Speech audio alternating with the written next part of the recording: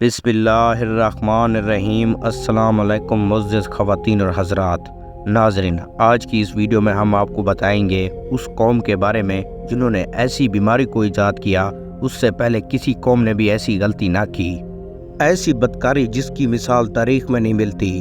اس قوم نے ایسی کیا غلطی کی اور اس کا کیا انجام ہوا؟ حضرت لوط علیہ السلام اللہ کے نبی تھے اور آپ کے والد کا نام خاران تھا جو طارق کے بیٹے تھے، اور آپ کی پیدائش عراق کے مشہور شہر ہارون میں ہوئی۔ اس میں حضرت ابراہیم علیہ السلام کا بھی مسکن تھا۔ حضرت لوط علیہ السلام کے والد حیران حضرت ابراہیم علیہ السلام کے بھائی تھے۔ حضرت لوط علیہ السلام حضرت ابراہیم علیہ السلام کے بھتیجے تھے۔ حضرت لوط علیہ السلام جب چھوٹے تھے تو اس کے والد انتقال کر گئے۔ حضرت لوط علیہ السلام کو حضرت ابراہیم علیہ السلام اپنا بیٹا بنا کر پالا تھا۔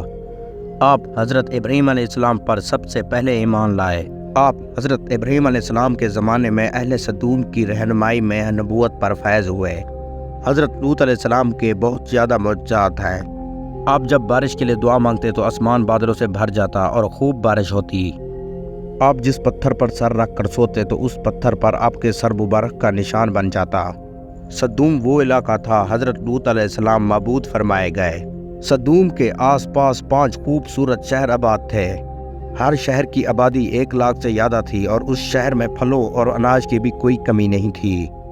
ترکی، شام اور اسرائیل کے بیچ میں یہ بسا ہوا شہر کافی خوبصورت اور سرسبز تھا۔ وہاں پر طرح طرح کے پھل، اناج، میوے باکثرت اگتے تھے، اور اسی وجہ سے یہاں کے آس پاس کے لوگ اپنے ماضی اور غذائی ضرورت کے لیے آتے۔ لیکن یہ بات اہل سدوم کے لوگوں کو بالکل بھی پسند نہ تھی، تو انہوں نے کہا کہ یہاں پر پھل، اناج اور میووں پر صرف ہمارا حق ہے، نہ کہ دوسرے لوگوں کا۔ تو ایک دن اہل سدوم کے لوگ اس بات پر غور اور فکر کر رہے تھے کہ یہاں پر لوگوں کو کیسے آنے سے روکا جائے، اور وہیں ابلیس آدمی کی بری شکل میں ان کی محفل میں آ پہنچا۔ تو ابلیس نے کہا، اگر تم لوگ ان سے جان چھڑوانا چاہتے ہو تو میرے کہنے پر عمل کرو۔ تو ان لوگوں نے اس اجنبی کی بات بڑے غور سے سنی۔ تو ابلیس نے کہا کہ یہ بات میں آپ کو کل بتاؤں گا، اور دوسرے دن ابلیس ایک خوبصورت لڑکے کی شکل میں ان کے پاس آ گیا اور ان کو مردوں کے ساتھ بدکاری کرنا سکھایا۔ ابلیس نے کہا، اگر تم ان بستیوں سے جان چھڑوانا چاہتے ہو تو یہی عمل ان لوگوں کے ساتھ کرو۔ جو بھی اس بستی سے یہاں پر آئے تو اس سے اپنی خواہش تم پوری کر لو۔ اسی طرح دوسرے لوگ بستی میں آنا چھوڑ دیں گے، اور پھر اسی طرح ان لوگوں کا مردوں کے ساتھ بدکاری کرنا دستور بن گیا تھا، اور بے حیائی عام ہو گئی تھی، اور یہاں تک بادشاہ، وزیر اور ہر عام آدمی اس گناہ میں مبتلا ہو گیا تھا، اور بھری محفل میں یہ لوگ فحاشی کا کام کر کے بڑے خوش ہوتے تھے۔ کوئی بھی محفل ہوتی تو اس کام سے بغیر ادھوری سمجھی جاتی تھی، خاص کر جو مسافر اس بستی میں داخل ہوتے تھے، لڑکا ہو یا لڑکی، وہ لوگ اسے اپنا شکار بنا لیتے تھے۔ تلمود میں لکھا ہے کہ اہل سدوم اپنی روزمرہ کی زندگی میں سخت ظالم اور دھوکے باز تھے۔ کوئی بھی مسافر ان کے علاقے سے خیریت سے نہ گزر سکتا تھا۔ کسی بھی غریب کو اس علاقے سے ایک روٹی کا ٹکڑا نہ ملتا۔ ایسا ہوتا اگر کوئی شخص بھول کر ان کی بستی میں آتا تو وہ پاپوں سے مر جاتا۔ وہ لوگ کو یوں کرتے کہ اس کی لاش میں سے کپڑے اتار کر اس کو یوں ہی دفن کر دیتے۔ اپنے وادیوں کو باغ بنا کر رکھا تھا جس کا سلسلہ دور تک پھیلا تھا۔ اس باغ میں یہ بے حیائی اور بدکاری کرتے تھے۔ حضرت لوط علیہ السلام نے ان کو توہین کی دعوت دی اور بدکاری کرنے سے توبہ کا حکم دیا۔ حضرت لوط علیہ السلام نے کہا کہ تم بے حیائی کیوں کرتے ہو؟ تم عورتوں کو چھوڑ کر لذت کے لیے مردوں کے لیے اہل ہوتے ہو۔ حقیقت یہ ہے کہ تم لوگ احمق ہو۔ حضرت لوط علیہ السلام انہیں دن رات نصیحت دیتے تھے۔ اس قوم پر اس بات کا کوئی اثر نہ ہوا، بلکہ وہ لوگ اس کام کو فخر سے کرتے۔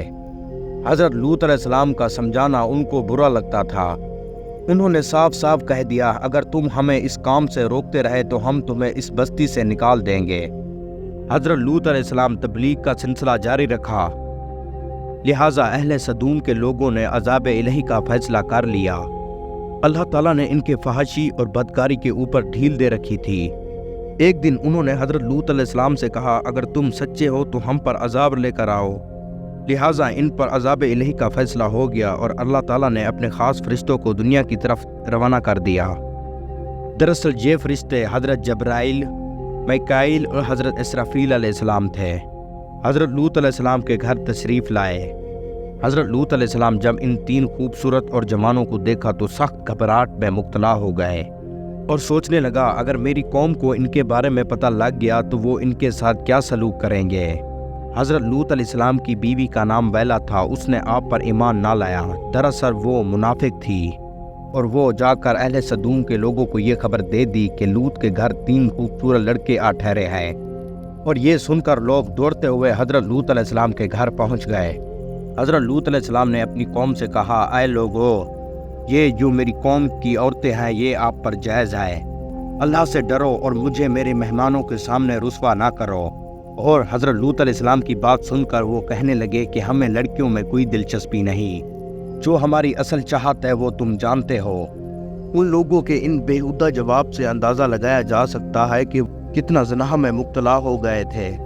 جب لوگ حضرت لوط علیہ السلام کی گھر کی طرف دوڑتے ہوئے آئے تب حضرت لوط علیہ السلام نے اپنے گھر کے دروازے بند کر لیے اور ان نوجوانوں کو ایک کمرے میں چھپا دیا، یعنی کہ ان فرشتوں کو، اور وہ بدکار لوگ گھر کا گھیراؤ کر لیا اور گھر کی دیوار پر بھی چڑھنے کی کوشش کر رہے تھے۔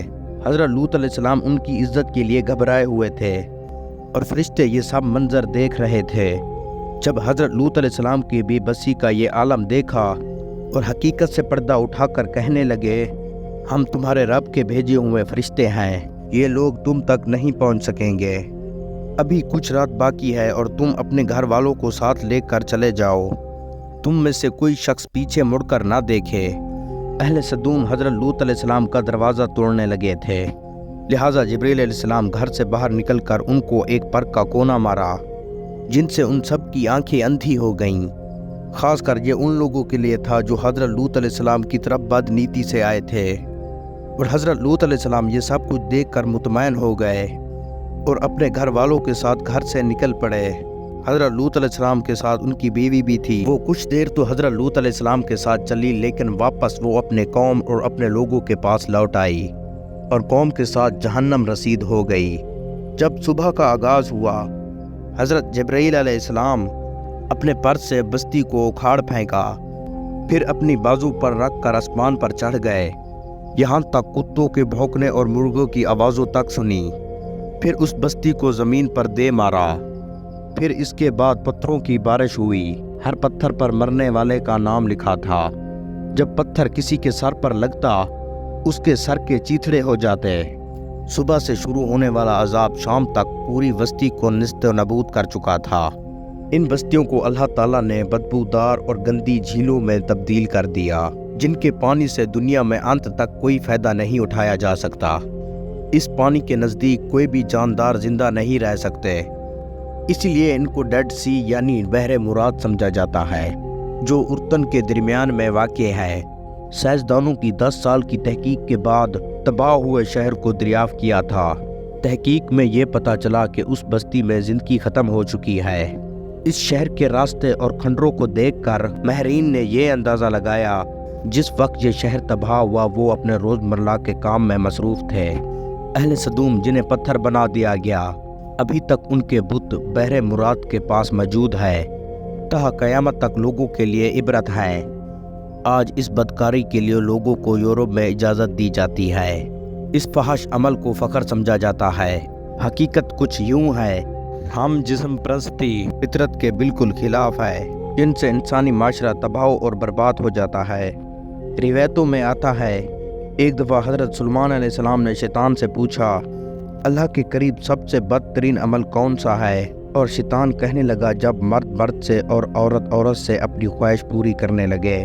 حضرت ابن عباس سے روایت موجود ہے، حضور صلی اللہ علیہ وآلہ وسلم نے فرمایا، اس شخص پر اللہ تعالیٰ کی لعنت ہو جو قوم لوط والا عمل کرے۔ دوستو، امید ہے کہ یہ واقعہ آج کا آپ کو پسند آیا ہوگا۔ اگر یہ واقعہ آج کا آپ کو پسند آیا ہو تو آپ میری ویڈیو کو لائک کر دیں اور میرے چینل حقیقت واقعہ کو سبسکرائب کر دیں، تاکہ آپ کو ایسی اچھی اور اسلامک ویڈیو ملتی رہے۔ ملتے ہیں اگلی ویڈیو میں، تب تک کے لیے اللہ حافظ۔